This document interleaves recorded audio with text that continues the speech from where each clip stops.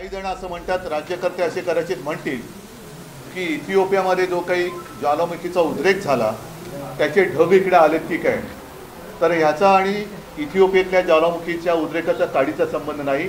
हा इथे झालेल्या भ्रष्टाचाराच्या ज्वालामुखीचा उद्रेक आहे आणि त्यातून हे प्रदूषणाचे ढग, भ्रष्टाचाराच्या प्रदूषणाचे ढग हे मुंबई आणि महाराष्ट्रावरती रोरावत आहेत. मी जो विषय घेतलेला आहे तो प्रदूषणाचा आहेच.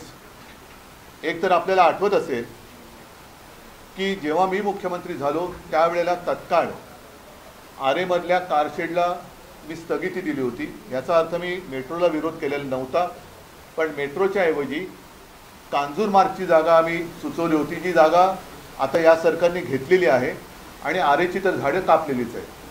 आता हे जे काही प्रदूषण आहे,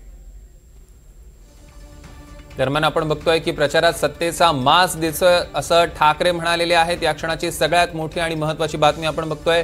उद्धव ठाकरेंची पत्रकार परिषद आता सुरू झालेली आहे आणि या सगळ्या निवडणुकांच्या प्रचारामध्ये सत्तेचा माज आल्याचं दिसतंय असं देखील ठाकरे म्हणतात. सोबतच मेट्रोच्या कारशेडबाबत देखील आता उद्धव ठाकरे त्या मुद्द्यांना देखील स्पर्श करत होते. आपण ही सगळी पत्रकार परिषद बघणार आहोत. मात्र त्यापूर्वी त्यांनी काही टीका केली आहे. निवडणुकीमध्ये अक्षरशः पैशाचा पूर आल्याचं बघायला मिळतंय असं त्यांनी म्हटलेलं आहे आणि सोबतच प्रचारामध्ये सत्तेचा माज दिसत असल्याचं म्हटलंय. राज्यातलं सगळंच सरकार, संपूर्ण सरकारच हे प्रचारासाठी फिरत असल्याचं देखील ठाकरेंनी म्हटलेलं आहे.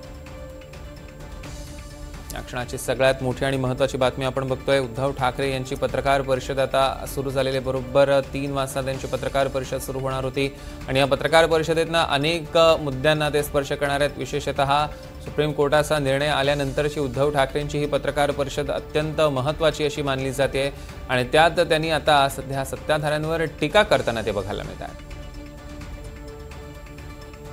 तिकडे कुंभमेळा झाला होता आणि तिथे येणारे जे हजारो लाखो साधू संत आणि भाविक आहेत त्यांची गैरसोय होता कामा नये याच्यासाठी सुविधा पुरवण्याचं काम हे सरकारचं असतं आणि असलंच पाहिजे.